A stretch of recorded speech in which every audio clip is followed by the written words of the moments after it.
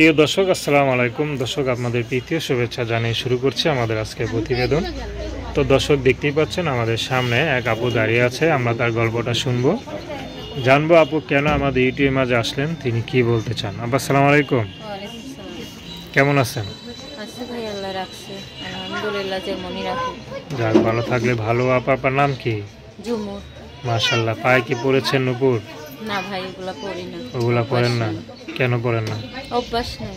অভ্যাস নেই। স্বামী কখনো ভালোবাসা পড়ায় নাই? স্বামী ভালোবাসেই না, স্বামী ভালোবেসে পড়াবে। বিয়ে শাদী হয়েছে? বিয়ে শাদী হয়েছিল ভাই, যৌতুকের কারণে ভেঙে গেছে। আচ্ছা, কতদিন সংসার করছিলেন? সংসার করছি 2 বছর। 2 বছর। বাচ্চা কাচ্চা আছে? একটা মেয়ে আছে। আচ্ছা, তো স্বামী কি কাজ করতো? স্বামী ভাই গার্মেন্টসে কাজ করতো। আচ্ছা, আপনি কিছু কাজ বাজ করতেন না ঘরেই থাকতেন? আমিও গার্মেন্টসে কাজ করতাম, বাবু হওয়ার পরে করতেন না? আচ্ছা আচ্ছা, তো আপনি কি প্রেম করে বিয়ে করছিলেন না? না ভাই, ফ্যামিলি থেকে বিয়ে হয়েছিল। এই যে আপনার গার্মেন্টস চাকরি করতেন, স্বামীও গার্মেন্টস চাকরি করতো? গার্মেন্টস আমি পরে করছি স্বামীর সাথে এসে। আচ্ছা, তো স্বামীর সাথে গেলে তার কেউ কাজ বাজ করে না, তো আপনি কেন কাজ করতে গেলেন? এখন সে করাইছে বলেই তো করছি, নিজের ইচ্ছা তো আর থাকে না যেন একটা সংসার থেকে বাইরে কোনো জায়গায় বাইরে আইতে।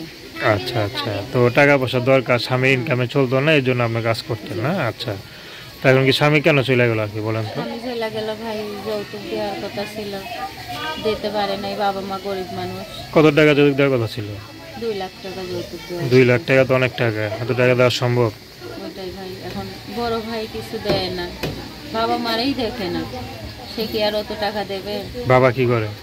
বাবা এখন আমার কাছেই থাকে, বয়স হয়ে গেছে, কাজকাম করতে পারে না। এখন আর বিয়ে করবেন?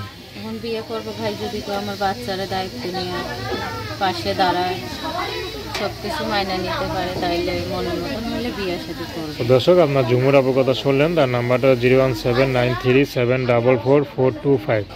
আমি নাম্বারটা আবার বলছি, 01793742425। তো দর্শক, প্রেম ভালোবাসা, সাহায্য সহযোগিতা, বিয়ে শাদী করা একান্ত আপনাদের ব্যক্তিগত ব্যাপার।